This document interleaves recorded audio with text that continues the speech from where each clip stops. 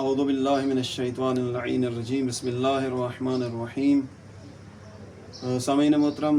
میں فضیلت زیارت امام حسین علیہ السلام کے بارے میں ایک حدیث نقل کر رہا ہوں۔ کتاب کامل الزیارات اور صفحہ پیج نمبر 129 ہے، جس حدیث میں بیان کیا گیا ہے کہ حشام بن سالم حضرت امام جعفر صادق علیہ السلام کے صحابی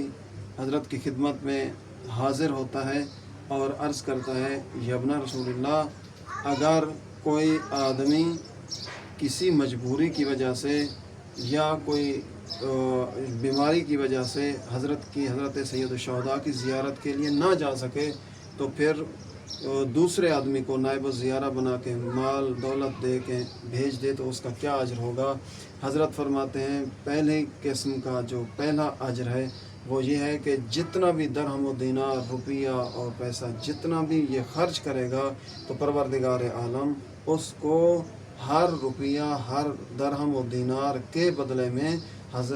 خداوند متعال احد کے پہاڑ جتنا نیکی عطا کرے گا۔ تو دوسرے نمبر پہ حضرت فرماتے ہیں، یہ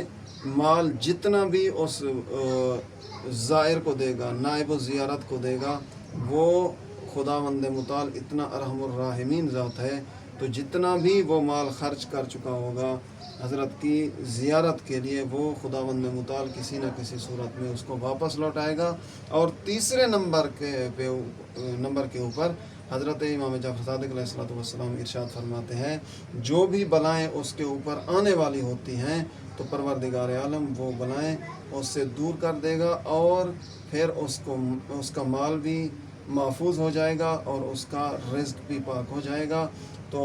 یہ ہے، حضرت نے 3 کیٹیگریز میں یہ چیزیں بتائی ہیں۔ صلوات بر محمد۔